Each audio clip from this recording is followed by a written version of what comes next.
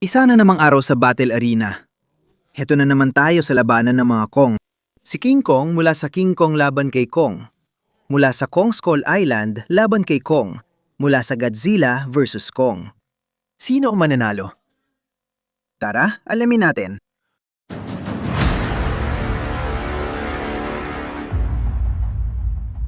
Okay, sa totoo lang, may ilang bersyon na ng King Kong na lumabas nitong mga nakaraang taon. Nagsimula pa noong 2005 sa King Kong ni Peter Jackson. Tapos, nagkaroon tayo ng Kong Skull Island.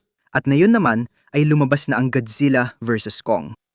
At kaya naisip ng matalino kong otak, ano kaya ang mangyayari kung pagsamahin natin lahat ng mga Kong na ito sa isang laban? Sino ang magwawagi? Siyempre, hindi mo naman basta-basta pwedeng pagsamahin silang lahat sa isang ring ng ganoon lang. Yuyurakan lang sila ng malaking Kong, dudurugin lang sila. Pati si maliit na baby Kong. Alam ko namang relative ang maliit dito, pero ganoon pa rin. Kaya kailangan nating pantayin ang laki nila. Sino na ang mananalo ngayon? Sige, magsimula tayo sa pagtingin sa lakas. Noong 2005 kayang-kayang yugin at baliin ni Kong ang mga puno sa simpleng paggalaw lang niya sa tabi ng mga ito. Madali niya naitumba ang malalaking batong istruktura o mga higanteng troso at madali ring binasag ang malalaking tarangkahang kahoy. Bagamat kahanga-hanga lahat yun, tila pinakakapaki-pakinabang na nagawa ni Kong ay nang dumating siya sa New York City at naghasik ng lagim sa mga kalsada. Sinira niya ang teatro kung saan siya nakakulong. Binasag ang labas ng gusaling yon at winasak ang maraming sasakyan at tumalon sa ibabaw ng mga ito, pati na rin dinurog ang mga sasakyang militar. Naitapon at nahati niya sa dalawa ang mga eroplano. Pagkatapos sa Skull Island, nagawa ni Kong na itapon ng mga puno, paluin ang mga helicopter sa ere, ibagsak ang mga ito sa lupa, o kahit hatiin lang ng malinis sa dalawa. Talagang kaya niyang balibagin at talunin ng ibang mas batang kaiju ng paulit-ulit. Pagkatapos hinarap niya yung pinakamalaki, natalo rin niya ito, binuksan ang panga at pinunit ang dila kung ano-ano pang ginawa niya. Pero dumating ang Godzilla vs. Kong. Doon natin unang nakita si Adult Kong. Kaya niyang talunin at bugbugin ang mga warbat at iba pang kaiju. Tapos sa laban niya kay Godzilla, nagawa niyang pabagsakin at patumbahin ang higante. Pero sa totoo lang, wala naman talaga siyang nagawa na sapat para tuluyang pabagsakin si Godzilla.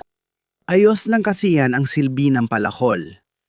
Pagkatapos, sinarap ni Kong si Mecha Godzilla rin. Tinulungan si Godzilla na talunin ng Big Mech. At sa pagkakataong ito, nagawa ni na Kong at ng kanyang palakol na tuluyang pabagsakin ang higante. Sunod naman ay tibay. At oo, nakakayanan ni King Kong ang lahat ng kagat mula sa mga V-Rex na yon. Nakayanan niya ang ilang magagaan na putok ng baril. Pero kilala siyang napatumba ng mga biplano. At para maging patas kay Kong, marami ring bala ang kinailangan para mapabagsak siya.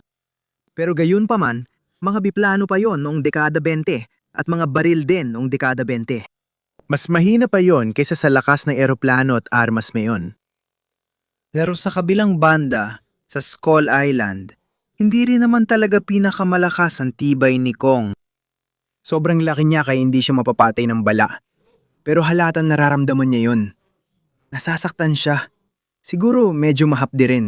Nasugatan pa ang kamay niya nang subukan niyang hawakan ang helicopter. Ngayon sa kabilang banda, tulad ng ginawa ni King Kong laban sa mga Brex, magaling din si Kong sa laban niya kontra sa malaking Skullcrawler. Pero kahit ganon, para sa laki niya, hindi naman sobrang kahanga-hanga. Tapos sa Godzilla vs. Kong, ayun, nakayanan ni Kong ang mga atake mula kay Godzilla at Mecha Godzilla at nakabamon pa siya at nagpatuloy sa pakikipaglaban. Kaya malinaw na mas matibay na siya ngayon kaysa dati. Pero gayon pa man, dapat lang tandaan na ang tibay ang pinakamahinang bahagi ni Kong. Wala siyang anumang baluti o parang kaliskis na balat na meron ng karamihan sa ibang mga halimaw. Wala talaga siya nun. Kaya hindi niya kayang tiisin ang mga atake tulad ng ibang mga halimaw. At mas madalas siyang masusugatan. Sa totoo lang, mukhang tibay talaga ang pinakamahinang katangian ni Kong. Kahit saang pelikula siya. O anong bersyon ng Kong pinag-uusapan mo? Nakakatawa, di ko napansin dati. Pero mukhang tama. Parang tibay niya ay parang gorila na kasing laki niya. Nasa totoo lang, may sense naman. Pero si King Kong, hindi naman talaga siya ginawa para sa tibay. Pero dahil sa mahahaba niyang braso, mas ginawa siya para sa bilis at liksi. Tingnan mo na lang yung laban ni King Kong sa tatlong V-Rex. Itong mga dinosaur na to ay mga alpha predator sa Skull Island.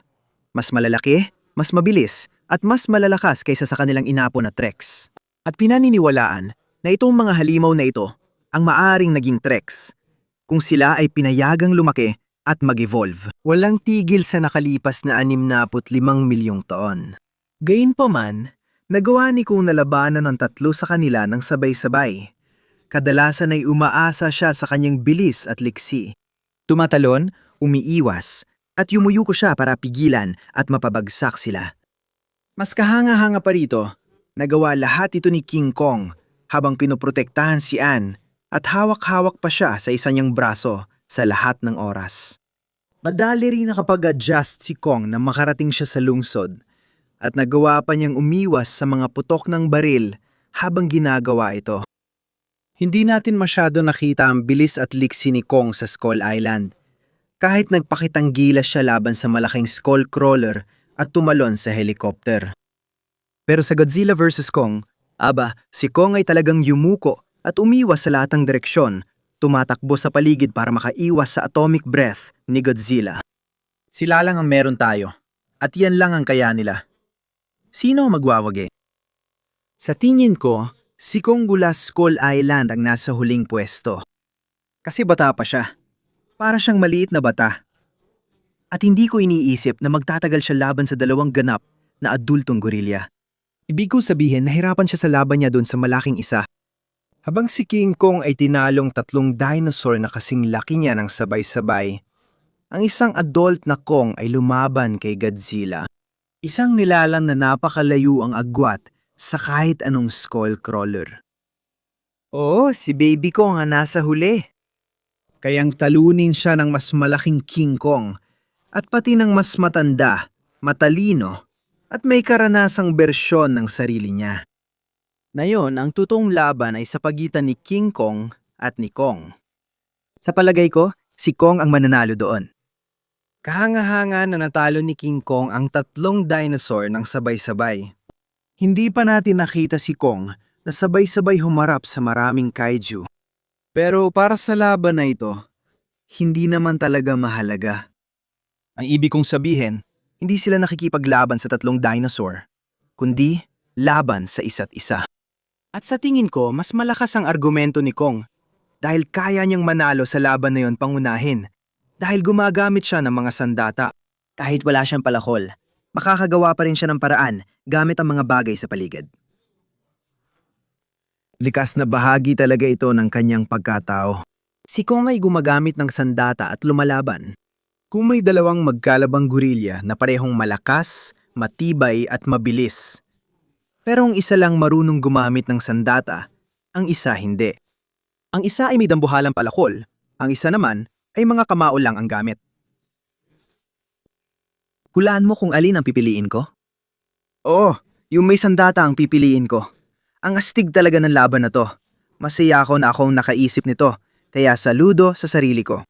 At sa tingin ko, kayang-kaya ni Kong noong 2005 na talunin si Baby Kong sa ilang bahagi ng laban na to. Pero sigurado akong natapat siya sa katapat niya kay malaking adult Kong. Kaya oo, si King Kong mula sa Godzilla vs. Kong. Ang malaking adult Kong ang nanguguna dito. Siya ang nanalo. Ano sa tingin nyo?